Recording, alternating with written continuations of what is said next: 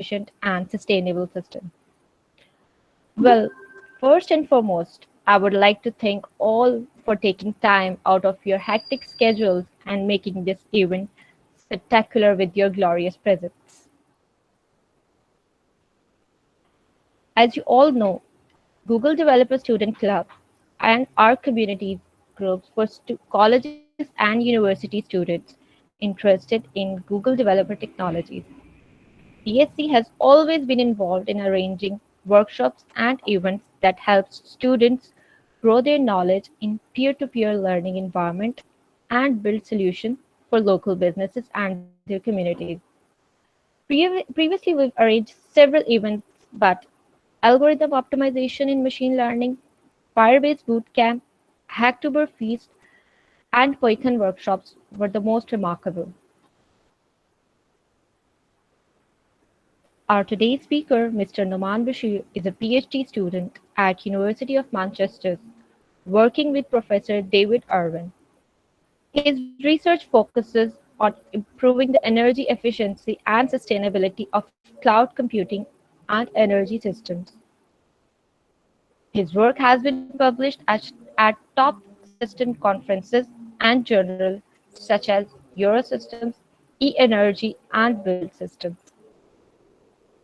During this hour session, Mr. Noman will talk about his academic journey at various institutions in Pakistan and the US and his research at sustainable computing labs such as UMass Amherst and the nature of his work as a student research at Google. Over to you, Mr. Noman.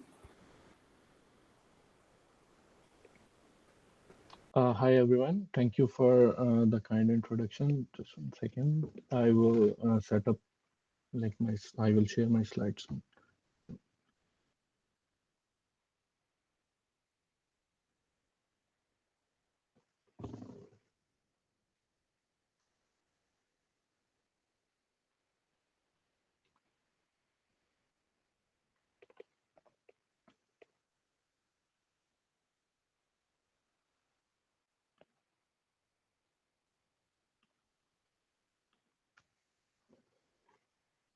Hi, can you confirm that you see my slide?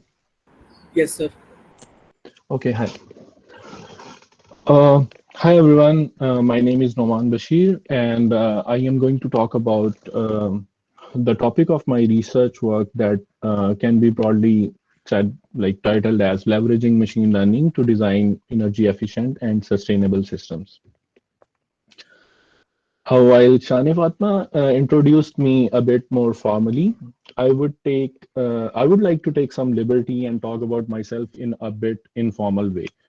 And the reason I would do that is because most of the students I expect are either in third or fourth year of the college, and they would be taking like a journey similar to mine or like in industry in the near future.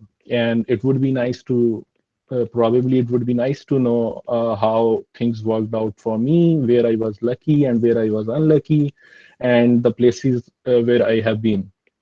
So, but I would start at the very earliest time in my life. I belong to a very small town called Pindi Bhatia, that is like near Lahore.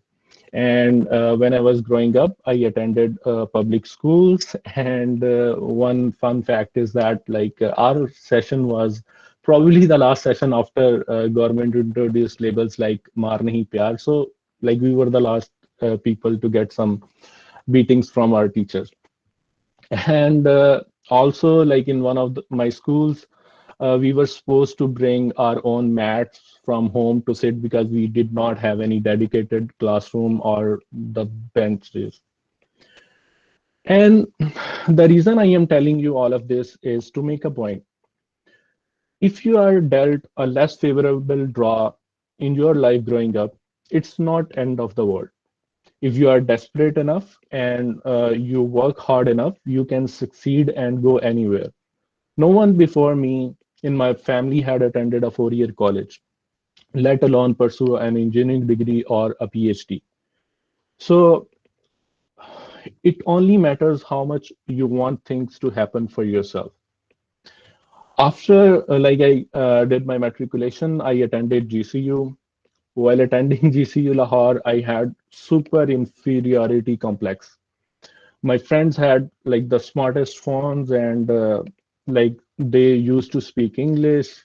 They were well dressed. They had read a lot more literature than me, and I did not even know how to properly tuck my shirt in. So those years were quite stressful for me. And if I had to go back, I would rather focus on my studies because that is the thing that mattered at the end. I ultimately got into UAT, and the fun thing about Three Idiots is that it almost ruined my life. Like Three Idiots gave a message that your grades do not matter and excellence matters. But the problem with our whole group and class was that most of the people just focus on that the grades does not matter part, and people did not even achieve excellence. So I am telling you from here now on, focus on your grades because it matters which university you get in. Some a lot of like for PhD if you want to pursue PhD. So yes, try to be good at what you do, but having good grades will never hurt you. After that, after UET, I attended NUST for my MS, and at the same time, I joined Systems and Networks lab at FAST, and it was just by chance. My a friend of mine was talking to a professor. He happened to have a position, and like this informal interaction between those two people over there. Um, Made this opportunity available for me, and it completely changed my life. I got to know how to do research, and um, like I it was only then when I knew what I wanted to do with my life. And there is a professor, Dr. Afan. He used to be at FAST, but now he is at Imamba company. Uh, it was under his guidance and a very nice experience. If you ever like as a software engineer, if you ever get to work at this company Imamba, you would be in nice hands. Finally, after my master's and research work at LUMS and FAST, I joined UMass Amherst with Professor David Irwin. It has been a very nice experience. Amherst is a nice town. The food is fine because it's not easy to find halal food here. People are really good. I love photography, and this is a picture of UMass Amherst that I took myself. I love playing squash and enjoy awesome food made by my wife nowadays. And finally, apart from these physical places I have been, I have worked in like cyberspace for a couple of companies. So I was supposed to attend physically, go to Google and be there for the summer and later on during the fall semester. But the COVID happened and I had to work from home. And this summer, I will be working with VMware Research on sustainability of computing. So it has been an overall nice journey, but the key takeaway is that uh, at the start I was not dealt a favorable draw. I was at disadvantage, but over time I got quite a bit of luck and had good experiences over time.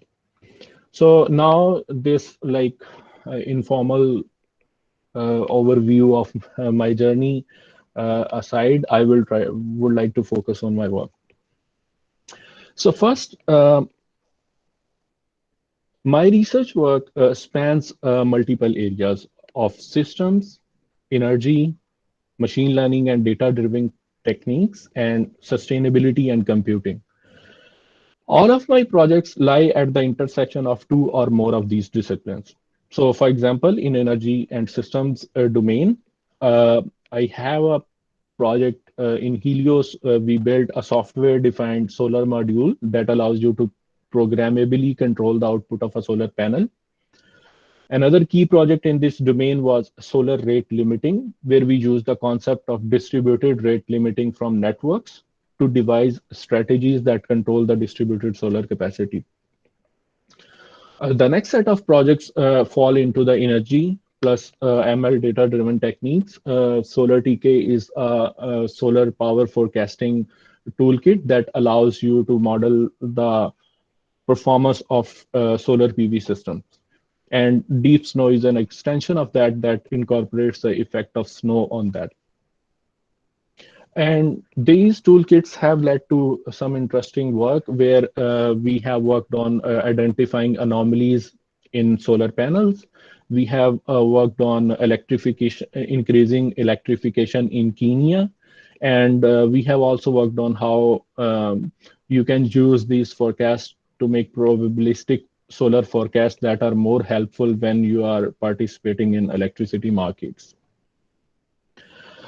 And finally, in systems and sustainability domain, I am currently working on a project called cold-blooded computing. So the idea behind cold-blooded computing is that just like cold-blooded animals, our systems should adapt to the temperature uh, of the environment and self-regulate their temperature inside. Because currently temperature plays a very important role when we talk about the efficiency of like edge computing systems. So designing your systems in such a way that it works well for most of the temperature ranges. For example, where I am right now in Amherst, in summer it can go as high as 90 Fahrenheit, which is around 35 Celsius, and it can go as low as minus 20 Celsius. So designing systems that work in these extreme temperature ranges is a very important point, which I am working right now. And finally, in computing systems plus ML domain, I have worked on a project called Waiting Game, where we work where I think I will talk about this more in details. And then finally, my work with Google at called Take It to the Limit, which has been published at Eurosys for this year. So I will focus on the three of the highlighted projects for this talk: Deep Snow, Waiting Game, and Take It to the Year Limit.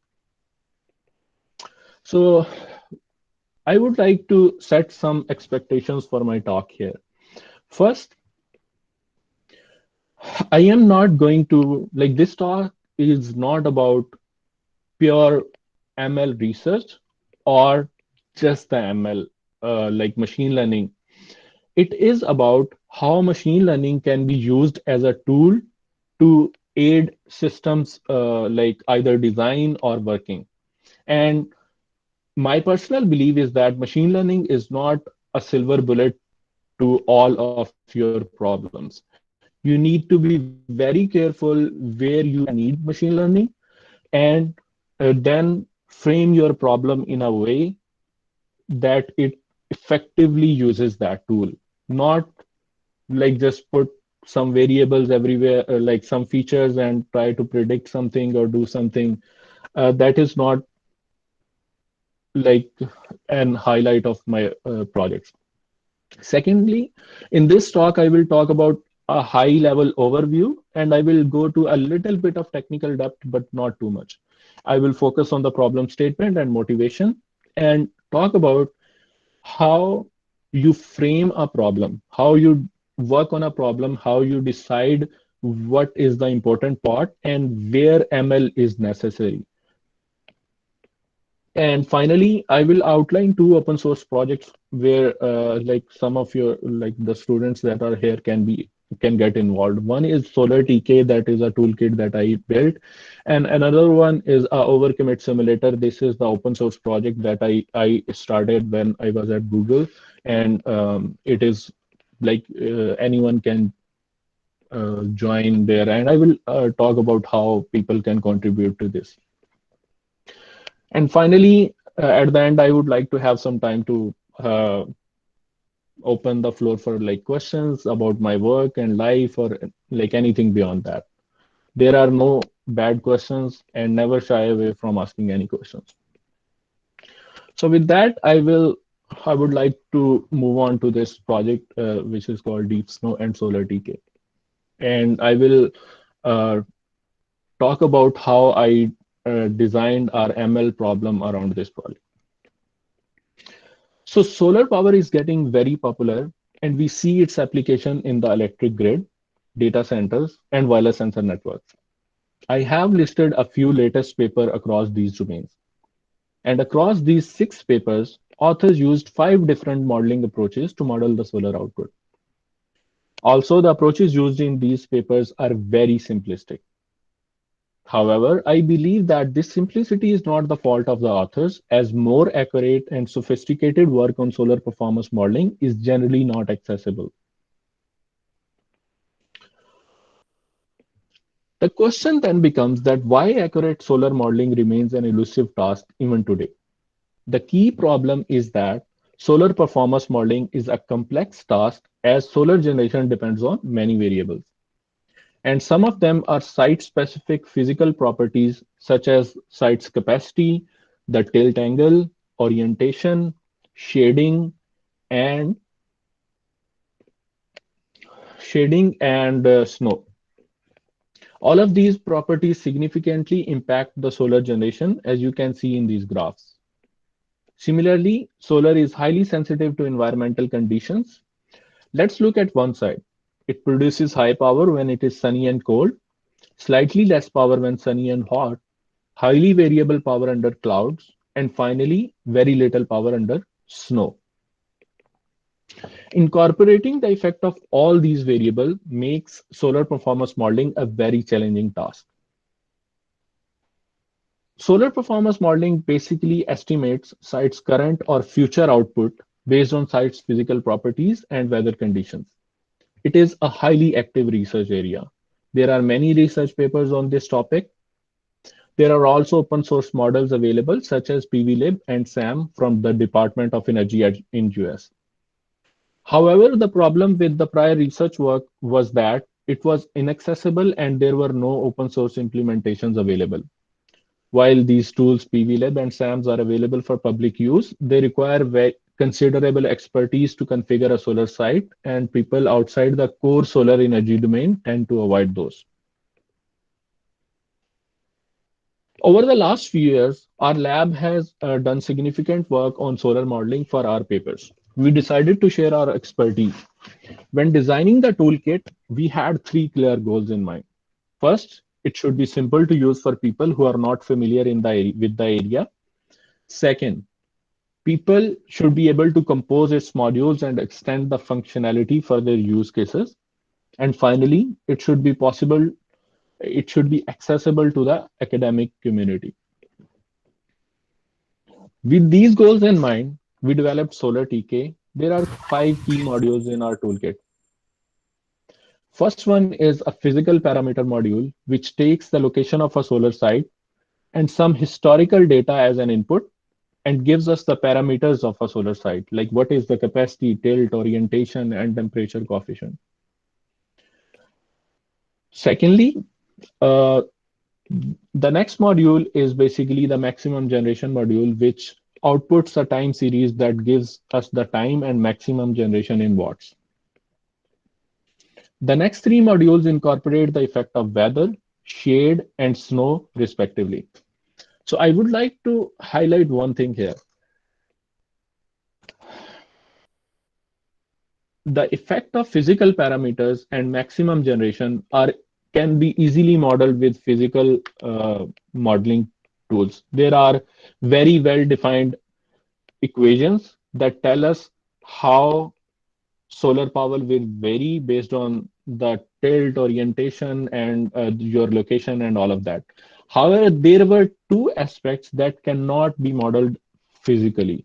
One is shading, how shading affects your site, and the other one is how snow affects the output. So these are the 2 places where we used machine learning. And how did we use it and how did we frame the problem? I will talk about that next. So framing of the deep learning approach here was very important and it was not easy. We had to decouple the effect of, like I will talk about modeling the effect of snow. So we had to decouple the effect of all the other variables other than snow and just focus on modeling the effect of snow. So rather than throwing all of the data of like prior solar generation and try to predict future solar power, uh, we just wanted to model the impact of snow. So here we had solar performance model, which does not incorporate the snow effect. We took this as an input, and we had this deep snow model, which will give a value between 0 and 1. A zero value means there is no output power due to snow. One means snow does not have any impact. And the output was snow adjusted generation. So to train our model, we use shading factor along with the snow data and tilt orientation and snow loss factor from SAM. So these are different variables that we use. You can look at these in more detail in my papers. So we use these variables to train a deep snow model, and this deep snow model then performs this snow adjustment. And this model was built for all the universal sites. Like it can be applied anywhere where the snow uh, falls. So the key point here was that we, when modeling the deep, like the effect of snow, we just focused on only snow, not the other variables. And we exactly used ML where it was necessary. And similarly, we did this for shading module, and the details are available in the paper. So once we release this toolkit, it has been the extensibility and flexibility has been very helpful when enabling applications in energy domain. I have highlighted a few research papers in energy domain that has used our toolkit, and the topics of these research efforts ranges from electrification efforts in Kenya to electricity markets in US. And we are using this toolkit for many other purposes. So with the solar performance modeling stuff out of the way, the next project that I will talk about is Waiting Game. In this, like this falls under the computing, cloud computing, data centers, systems, and ML or data-driven techniques part. So let's first look at how a typical data center works and how a typical traditional job scheduler schedules your job on a data center. So in a data centers, there are a fixed number of resources. As illustrated in this figure, these private clusters are often over-provisioned for their peak demand. So they have enough resources to meet the peak demand. And as a result, your average demand is most of the time very lower than your peak demand. So there is a lot of significant resource wastage since the average demand is much lower than the peak. To address this problem, private clusters could provision fixed resources for less than their peak. So rather than like configuring for their or having enough compute capacity to meet their peak demand, they can have less computing resources. However, the problem with that would be during the peak periods, jobs will have to wait for certain amount of time to get scheduled. So there is high waiting time during some of the periods, and still few resources are wasted at during other times. So these trade-offs for job scaling are well known, and there has been a lot of research on that. However, with the advent and popularity of cloud platforms such as Google Cloud Platform, Amazon Web Services, and Azure, they have offered a new approach. So what they do is that they offer on-demand VMs. So you procure VMs when you need them, and you release the VMs as soon as your job is done. And in this case, jobs never need to wait for resources. and it looks like you have infinite capacity. Like if you have low demand, you procure less number of VMs, and as demand increases, you acquire more VMs and release them as the demand decreases. So this sounds like a really nice options. And there are a lot of job schedulers that are now cloud enabled. For example, Slurm, LSF, Kubernetes, and Mesos. So these allows you to auto scale. Like whenever you submit jobs to these schedulers, they will dynamically procure VMs from the cloud providers of your choice, and they will schedule your jobs. So there is no longer a scheduling problem because there is no resource constraint. You have enough resources. However, an interesting thing to notice about these cloud platforms is that they generally offer many types of resources, and two of them are very popular. One is on-demand resources, which you can acquire and release at any time, and you pay only when you use. And the other one are fixed resources, where you commit to buying for a long period of time, but at a lower cost. So these could be reserved cloud resources or on-premises servers based on the cloud provider that you are working on. So key point is that fixed resources are cheaper if they are highly utilized. For example, if I have to reserve a M5.large VM from AWS for 3 years, it would cost me $988. However, if I just rent on-demand VM for 3 years, the same VM would cost me $2,500 plus. So fixed resources are 60% cheaper. But if you are not using all of those resources 100% most of the time, then like this 60% margin comes down a little bit. But overall, you can see that your reserved VMs are much cheaper, and a combination of reserved plus on demand seems like a nice option. So, for example, let's say that you have this sort of a curve over time.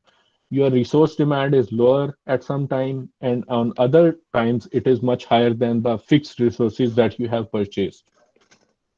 So, in this hybrid cloud infrastructure, fixed resources satisfy your base load most of the time at high utilization and they lower cost.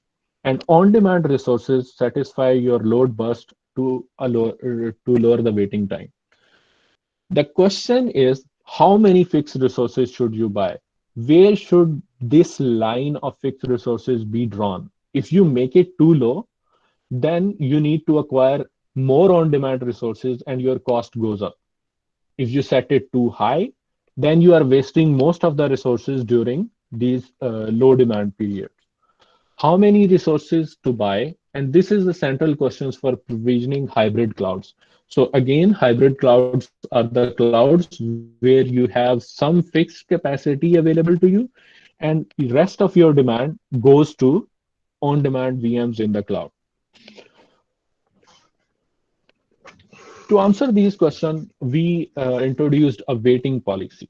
So waiting policy is basically you have some fixed resources available.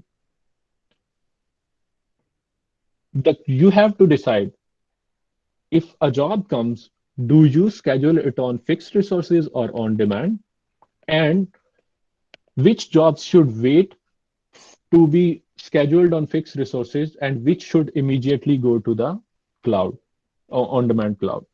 So optimal provisioning is dependent on waiting policy. How long you are able to wait or willing to wait, it determines how much fixed resources should you procure. If you are willing to wait longer, you can procure less fixed resources and try to wait for the period of low demands. And there is no prior work on this like that defines or analyze waiting policies. And we wanted to look at this problem. So our contributions for this paper was to introduce waiting policy concept, and we defined multiple fundamental waiting policies where all jobs wait, no jobs wait, shortest wait, and like the details of these policies are available in the paper. And we modeled and analyzed waiting policies. And we applied some queuing models from systems theory to understand these trade-offs. And then we implemented a simulator to simulate these waiting policies on real-world year-long trace with 14 million jobs and 14,000 core cluster. In our evaluation, we used a real-world workload that I mentioned before, and we have publicly released the job trace. And so this is like some information about evaluation that is probably not as much important. So what you need to look at in this figure, like don't go into a lot of details, but you can see that this orange curve is basically uh, the curve for a fixed capacity like cluster where you run everything on demand. So if you combine multiple resources, you see that your price, normalized price, basically goes down. This is the optimal cloud point. Like you should have this many fixed resources and rest goes to on demand. So to achieve the lowest price. And similarly, this is the waiting time. This shows that our like using our the number of fixed resources determined in the previous experiment, we were able to lower the waiting time by 7 times, like or more. However, the problem with this work is that we assume that when a job comes, you know exactly how long it is going to run and what are the resource requirement. But the problem is the future is not known. Current work assumes perfect predictions for job runtime, and knowing the job runtimes allows estimating how long will a job wait, which is not practical. We need to use practical, often imperfect prediction policies. So imperfect in practice, job runtimes are very hard to predict, and we are currently working on how to make these predictions better. So in the prediction setup, traditionally people use only the job information. For example, when a job is submitted, it tells us who submitted it, what are the resource requirement, for example, in a number of cores, amount of memory required, and all of these various job parameters. We have seen that those parameters are not predictive enough. If you just use them with any ML model, the predictions would be bad. As we are interested in knowing how long a job will wait, the state of the cluster is a better predictor for the job wait time.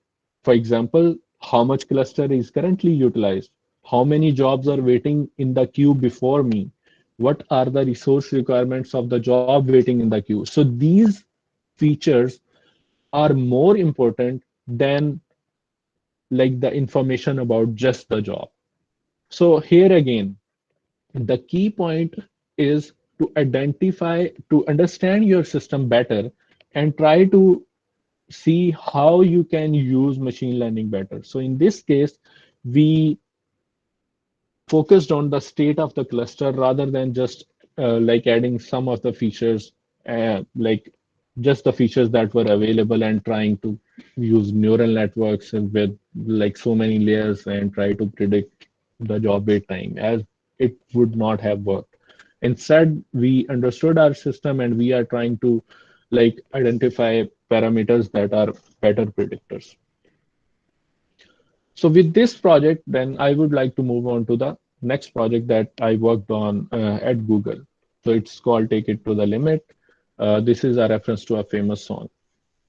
So again, to provide some background on this project, I would like you to assume there is a single machine. It has some number of cores, and there is one VM running on it. And we want to schedule one more VM onto this.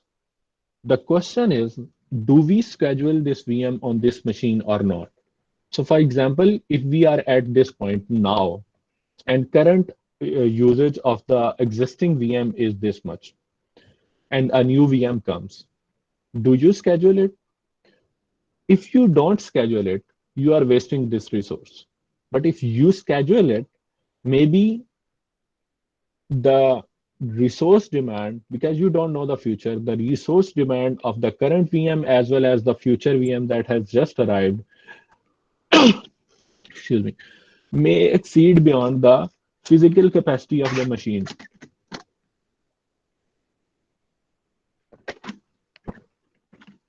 So there is this trade-off of resource wastage versus performance. And there has been a lot of work on solving this problem at Google, industry in general, and academia. We took a very different approach. So we wanted to ask, our commitment strategy was based on first principles. We wanted to ask, if you know all the future, if you know, if you can look into the whole future and know how much resources will I have in the future, what what would be the decision that you make? With future known, it is a very simple problem. Your free capacity is basically total capacity minus future peak usage of current VM. And if your free capacity is less than the new VM limit, you can schedule it, otherwise you don't. So the problem becomes very simple. But the issue is your future is not known. So what we did was that we use this future information as a baseline, and we design machine learning algorithms or prediction algorithms that use that ground truth information and try to develop practical prediction policies. So under the current model, so just so the question was, can you look into the future? Like obviously we cannot look into the future, and we had to use a prediction algorithm to predict the future peak of individual machines. And these predictions are based on past data using either statistical or ML techniques. And if our predictions are greater than ground truth, we are fine, and we are able to schedule more machines on this. So with this like setup in mind, the problem was that we had a lot of these we had to evaluate these prediction policies, but there are two ways to go about it. A naive approach is that you have a prediction algorithm, you deploy it on real set of or group of machines and measure their performance. The problem with this approach was that it is not scalable. It is very time consuming because you cannot deploy a untested algorithm into a production. So we were working on Borg like scheduler. It is basically the system that handles all the workloads such as search, Gmail, and YouTube, and everything. So if our prediction algorithm was to perform bad, all of these services could go potentially like down. So this was not a reasonable solution to look into. The other practical alternative was to like understand and like do understand the performance of prediction algorithms in simulation. So for that purpose, we basically devised a logic to simulate this. So for example, if this is the start of the history and we are at time t0, we make a our prediction algorithm uses all of the historic information and predicts a peak for future. And because we can like in simulations, we can also look at all of the data into the future. We can tell what the actual peak is going to be. So we compare these two values, and we see how our prediction algorithm is performing. So the good thing about this approach was that everything could be done in simulation offline. And once we were satisfied with some model, we could push it to the production. So like We were working on this problem, and the question for us was whether to like work on this problem just internally or like open source our work and share it with like uh, the open source community. So we decided to go with an open source simulator, which I implemented. And the reason was that because there is a significant gap between industry and academia. There are a lot of papers who work on similar problems in academia, but they are very, very complex. And in order for someone to implement that inside Google, they would have to understand that complex problem, evaluate it in some setup, and then like use it inside Google. But honestly, no one has that much time inside Google. Like they would like to focus on very simple problems, like simple problems in a sense, very clear-cut solutions that are easily applicable to their production environment. So most of the work done in academia is not like useful for their purpose. And so we wanted to open source our simulator because it will enable more practical work and it will lead to reproducible evaluations. We like everyone using our simulator could reproduce the results. And it would also benefit Google in a sense that if anyone works on this simulator and develops interesting and novel peak predictors that do a better job than the ones that are being utilized inside Google right now, those predictors could be incorporated into the Google. So this is like I would talk about a bit later about how you can contribute into like this simulator and what kind of work you can see. So I will talk a little bit about simulator design. There were three goals. We wanted our simulator to be very realistic, that it should mimic the actual operation inside Google. Second, it should provide a very rich configurability. It should be able to simulate various simulation scenarios and allow people to do their own experiment. And finally, it should be very easy to use. So, like for people, it like if they are going to go into the code and try to understand everything, and it would be very hard for people to use it. So we wanted to have a very simple interface and make it easy for people to use. So in our simulator, our input data is like basically comes from Google Workload Trace that was released last year um, as a in Eurosys paper. So again, this is the simulator diagram. Our input data is like we have every 5 minutes, we have information about the VM, and it contains like how much resources VM is using, how much like what is the limit on these resources. So we do some pre-processing on that data to make it compatible with the input of our simulator, and then we run different prediction algorithms as like this is a timeline or pipeline of our simulation. And we provide a lot of data processing functions. I won't go into the details of what kind of processing functions we share, but you can look at in paper or the GitHub repo. And finally, running the simulator is very simple. So this is a sample configuration file that I am using as an example. So running simulations is very quick. So for example, it took me 2 minutes to write this configuration file, and like to read like this uh, configuration file reads the data, runs some predictors and like some baseline predictors, and using 1 week long data from a single cell, like around 30, it took me 30 seconds to submit a job to Dataflow, and in 10 or 11 minutes the job was complete. So the point is that using this simulator and configuring it to run any experiments is very easy.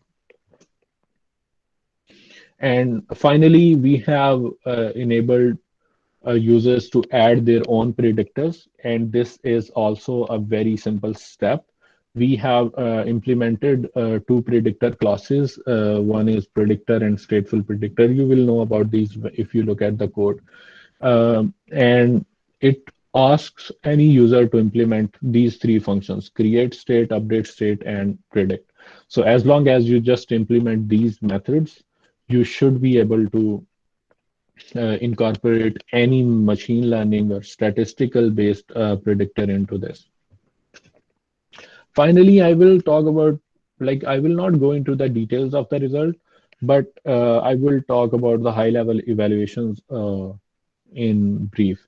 So we evaluated multiple predictors. They were basically based on statistics. For example, uh, mean plus some standard deviation, or some percentile of resource usage in the past, or something like that. So we evaluated multiple predictors like this, and even our like very simple statistics based predictor, which takes the maximum value of the predicted peak between these two predictors, well, uh, outperformed all the other predictors, even those who were working, who are deployed inside Google.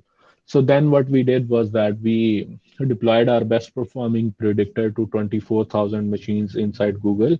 And these results show that in production environment, um, our our predictor outperforms the default predictor on, like, it leads to less violations. Violations are less severe. There are more savings, and there is more load allocated to the same number of machines, and the workload also increases. So the point over, and this like project is expected to save Google a few hundred millions of dollars. And currently it is just deployed on 24,000 machines, but it is expected to be rolled out on other machines as well. And before I conclude my talk and let you go, if you want to know more about my work, these are a couple of papers in energy systems domain, and in cloud edge data centers domain that I have worked on. My current focus and ongoing work at VMware and also UMass is going to focus on sustainability of computing. And if you want to contribute to the open source projects that I maintain, I have provided the link and also the barcodes, QR codes.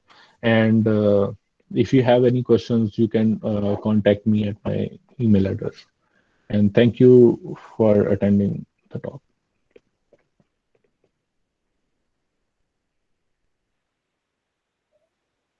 Thank you so much, sir, for Thank your. you so much, sir. I hope this I session hope was this is very very useful very for the students who are attending. students who are.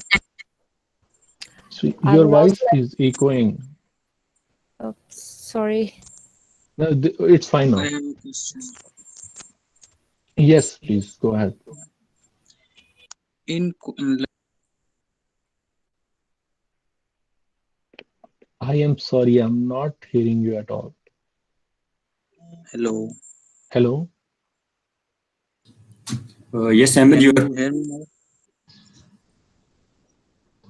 सो मेरा basically question है कि जो cloud enabling है वो scheduler बनाए थे आपने, जी। उसमें लाइक मल्टीपल रिसोर्सेज को एक साथ कंबाइन किया है, उससे प्राइस तो रिड्यूस हो जाती है, लेकिन उससे मेंटेनेंस इश्यूज जो होते हैं, like how to maintain different components of the system, उसको कैसे आपने लाइक हैंडल किया था?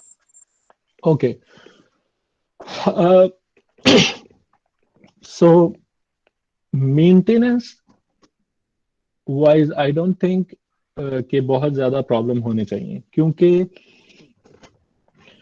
उस सेटअप में क्या हो रहा है कि जैसे आपका करंट स्केड्यूलर है, जो कि आपके पास एक जॉब आती है और आपके पास लाइक ढेर सारी मशीन्स हैं, और वो डिसाइड ये करता है कि इसको किस मशीन पे प्लेस करना चाहिए मुझे, एंड उसको ओवरऑल पता होता है कि कितनी रिसोर्स कैपेसिटी अवेलेबल है. So in that case it is already doing a lot of like complex operations. मतलब वो देख रहा है कि कहाँ कितनी रिसोर्स कैपेसिटी अवेलेबल है, कहाँ स्केड्यूल करना चाहिए. नाउ एडिशनल कैपेसिटी जब आप क्लाउड के साथ उसको इंटरफेस करते हो एंड हाइब्रिड क्लाउड बनाते हो, तो उसके पास जस्ट एडिशनल VMs अवेलेबल है जो कि क्लाउड में एग्जिस्ट करती हैं. So the actual scheduling problem जो है वो बहुत ज्यादा कॉम्प्लेक्स नहीं हो जाती है. सो आई डोंट थिंक इसमें बहुत ज्यादा जो है वो कम्प्लेक्सिटी इंक्रीज होती है. वो आई थिंक जो एग्जिस्टिंग स्केजुलिंग इंफ्रास्ट्रक्चर है वो काफी सोफिस्टिकेटेड है ताकि उसको लेकिन प्रॉब्लम्स को हैंडल कर सके. Okay, thank you. But Noman, we have another question that can we say that predictors are like algorithms for machine learning? yes. So when I'm sorry if I was not clear. When we talk about predictors, predictor is like any algorithm that is based on machine learning or statistics that given some information about machine usage in the recent past, it predicts the future peak. So you can use machine learning algorithms, you can use simple statistical algorithms. So statistical algorithms, as like I provided an example, is n sigma. For example, what you do is that you take you compute the mean and standard deviation of your resource usage in like some window, like past window, say 24 hours, and you take mean plus some standard deviation. So in our case, the predictor that we used like mean plus 5 standard deviation. And currently I am working on uh, developing other predictors that use machine learning. So yes, like in a short form, like the predictors can be considered as like ML algorithms, maybe decision tree, neural network, whatever you want to use. I had a question. Thank you. Yeah, sure. I have a confusion with the project Take It to the Limit. What was the ultimate goal? What did we wanted to actually achieve? Okay, sure. Uh,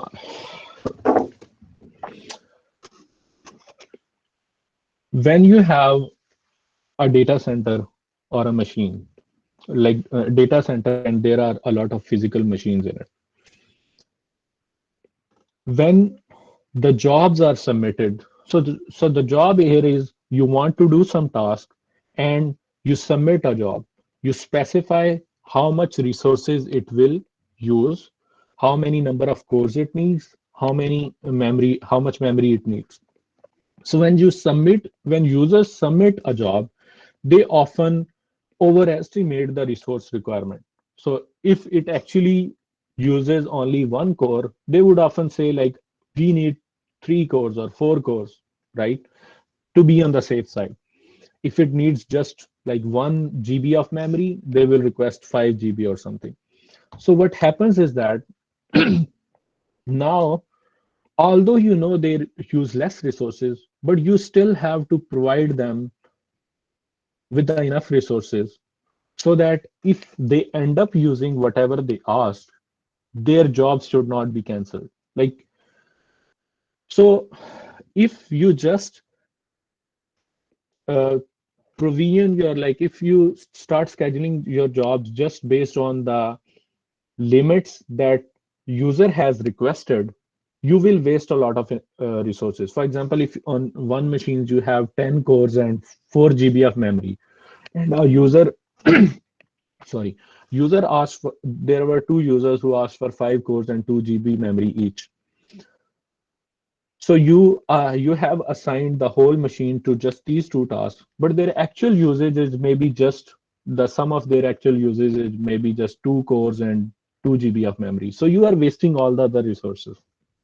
Now there is a concept of overcommitment. In overcommitment, what you do is you schedule more VMs than there is physical capacity available.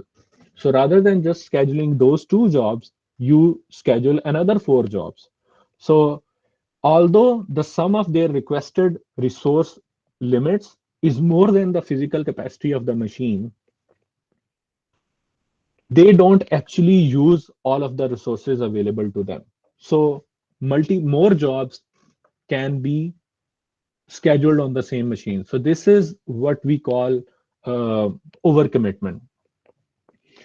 Now, how much more machines should you schedule beyond uh, the physical capacity of the machine? That is the question.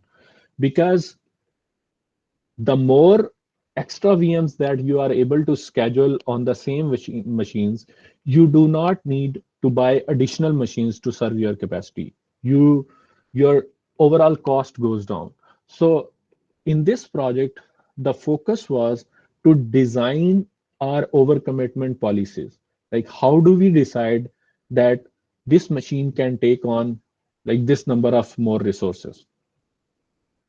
So and like I am reading the questions in the chat, so I will answer those. So rest assured. So in this case, like the focus was to design these overcommitment policies. And as like I presented some graphs but did not go into the details, when we deployed our prediction policies and our overcommit policies into the Google's production environment, we were able to save around like 16% of the capacity. It means that, for example, if Google's wanted to add 16% more load, they did not have to buy more machines. They could use like schedule 16% extra load on the same set of machines that they have already been using our prediction, like our overcommit policies. I hope that answers your question, but if not, you can ask. So it all happens on a distributed system, right? In what sense? So in Google, so it works like this. There is a centralized scheduler which is called Borg. Jobs comes to that scheduler and they are then scheduled on each individual machine. Our algorithm works in a distributed manner, right? It works on each individual machine and it predicts the future peak capacity of that machine. And it tells the Borg centralized scheduler, I have this much capacity available. And then the scheduler decides, okay, should I place the incoming VM on this machine or not? So yes, our algorithm. So yes, one thing I should have mentioned is that why we use like very simple algorithms such as n sigma or like some percentiles or all of that. The reason was that because our algorithms will run on each machine. And if your algorithm or any prediction algorithm takes a lot of resources, then it will waste a lot of resources on each single machine. And Google has like hundreds and thousands of machines. So wasting even say zero point 0.5 cores on each machine will lead to a lot of resource wastage. So any prediction algorithm that you design should be very lightweight. Its memory footprint, its CPU footprint should be very, very low because it is deployed on each machine inside Google. Okay, so the first question that I would like to answer is that what are the opportunities for like students over there in Google? Uh, I don't know the logistics of like doing an internship from there, but I think you can apply. So anyone can apply to the internships at Google. They have a like very like complex interviewing like system interviewing like process. So you need to do some like there are two coding interviews like 45 minutes each, which are basically based on data structures and algorithms. So you need to do well on those, and then you can apply for internship. Like then you will uh, like go into a whole pool of group where different managers from Google's different teams, for example, YouTube and uh, Google search and forms and all of those will talk to you and decide which team is a better suited for you. So like this process is like good for students who are in the second or third year of their studies. They should definitely apply for the internship, and there are a few resources such as LeetCode and HackerRank and some other like website that help you prepare for these interviews. So this is a very direct involvement that I could think of. A second type of involvement would be like there are a lot of open source projects even at Google. So, for example, our project is an open source project, and there is very little uh, barrier to entry in this project. Like you need to design just like good enough predictors. So try to participate in this open source community and the projects that are managed by Google. It can increase your visibility and give you chances.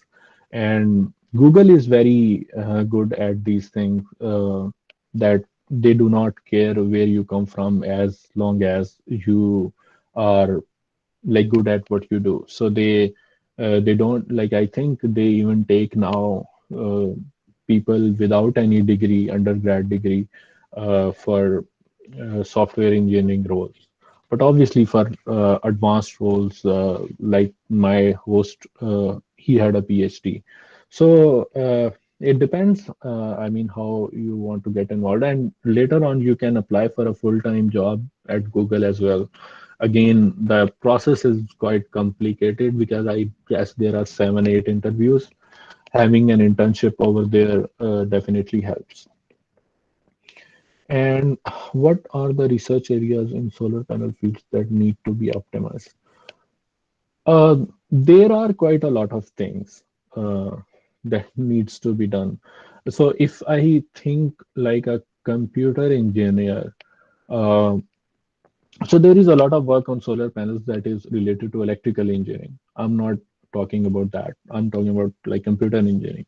So there is a lot of work that needs to be done about integration of solar into the like electric grids, where like um, where a computer science background helps. And secondly, um, one thing that I could think of is using solar panels to power like edge computing systems. So it is one of the areas that I am exploring as well. So at edge, like your devices may be deployed in the wild where you don't have like direct access to electricity.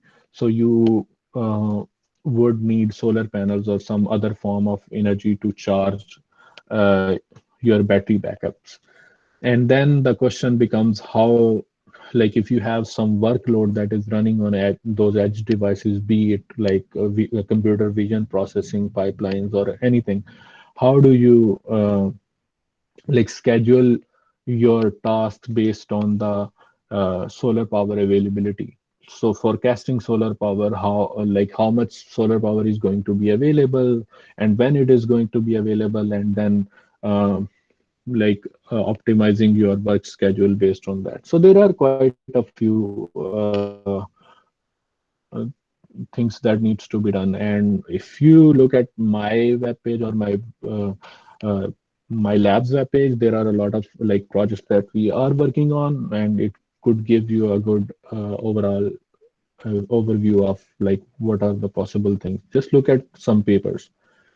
And there was another question. No, I don't think there was. Okay, I have one last question. Are the machines fault prone? If yes, does the programmer clear for it or the central machine look out for these faults? So, what does it mean? Like, what do you mean when you say fault prone?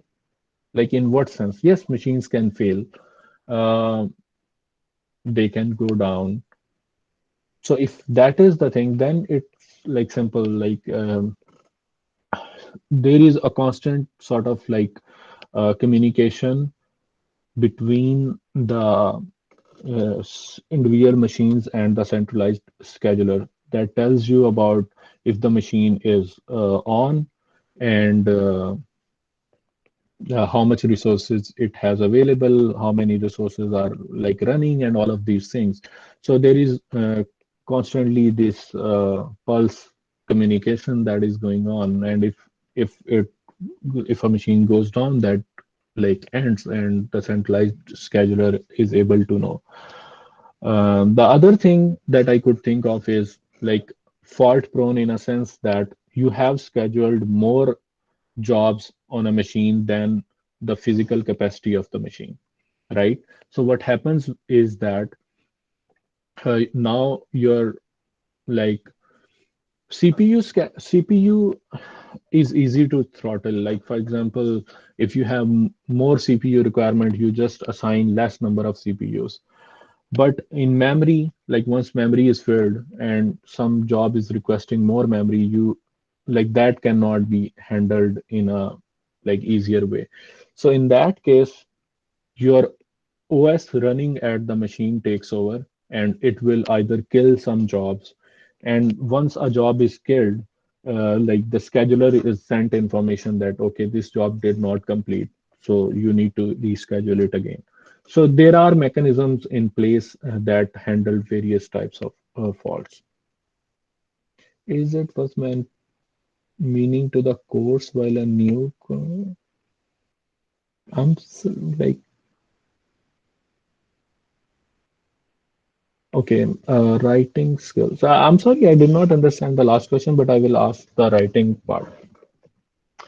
Okay, writing. So the writing, yes, I think what helped me was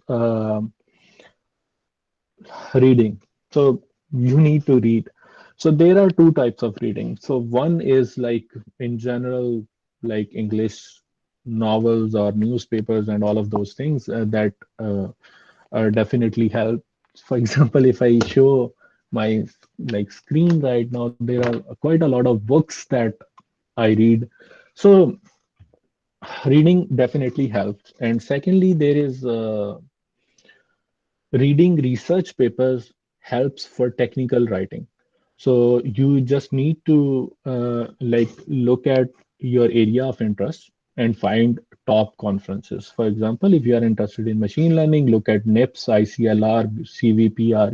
You just Google top machine learning conferences and you would find. And just read like those papers and read them over and over if like you don't understand it the first time. So reading how people describe their projects and how they convey their thoughts would be very helpful. And over time, you would get a sense, even if you cannot write at that point, you would get a sense what is a good paper and what is a bad paper. And you would be able to understand different writing styles.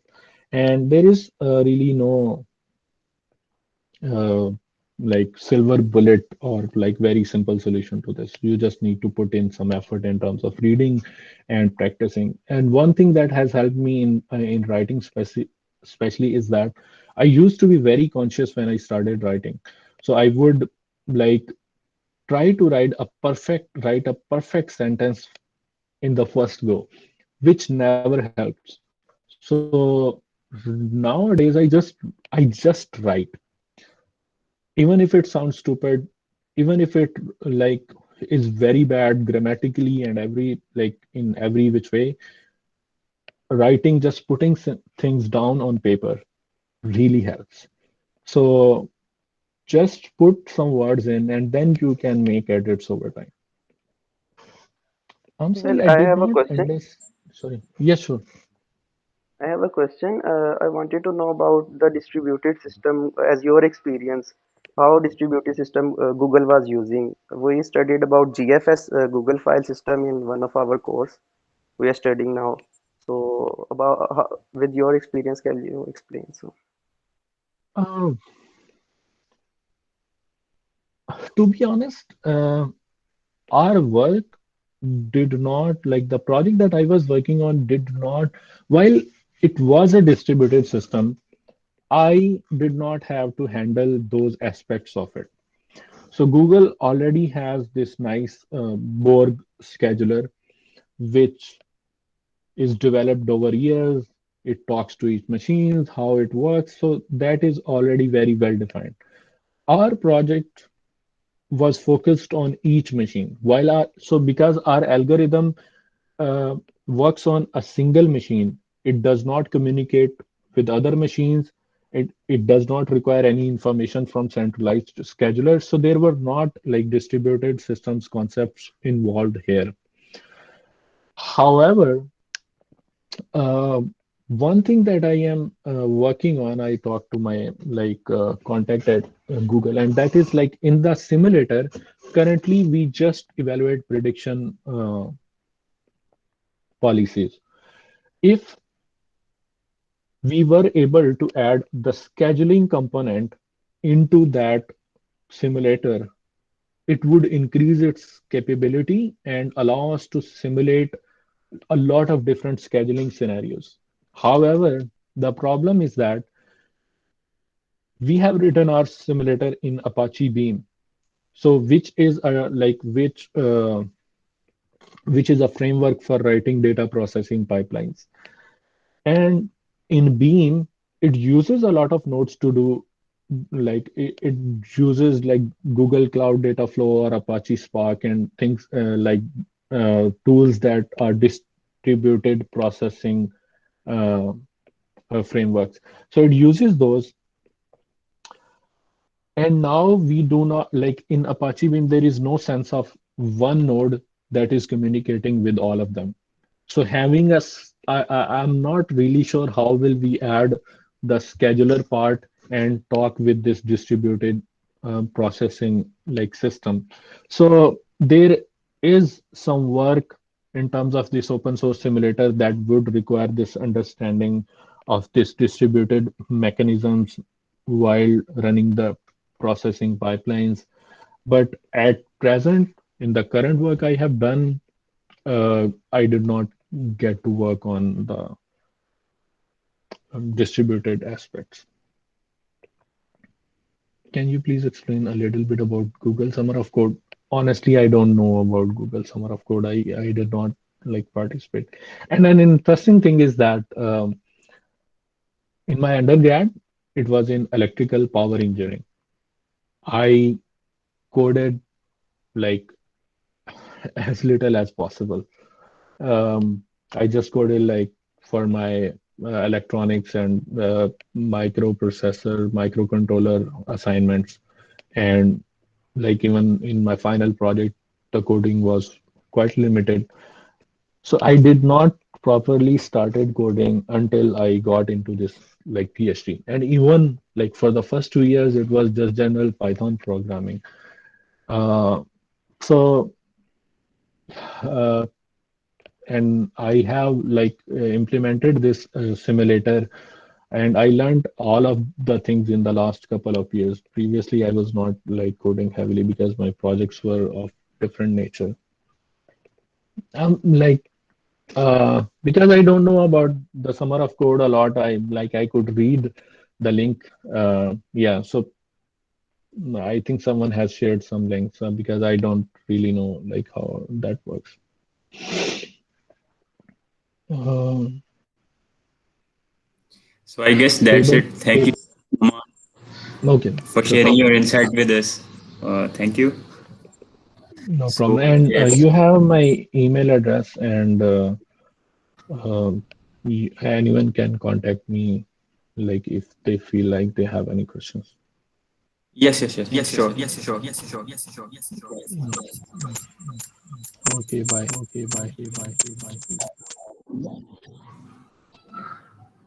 So, so I'll be sharing all the details about email, his LinkedIn, etc. on the Facebook page. So uh, kindly follow up on that.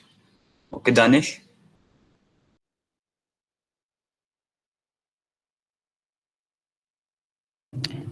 Thank you so much, everyone, for joining. I hope this will be worth listening and attending this session.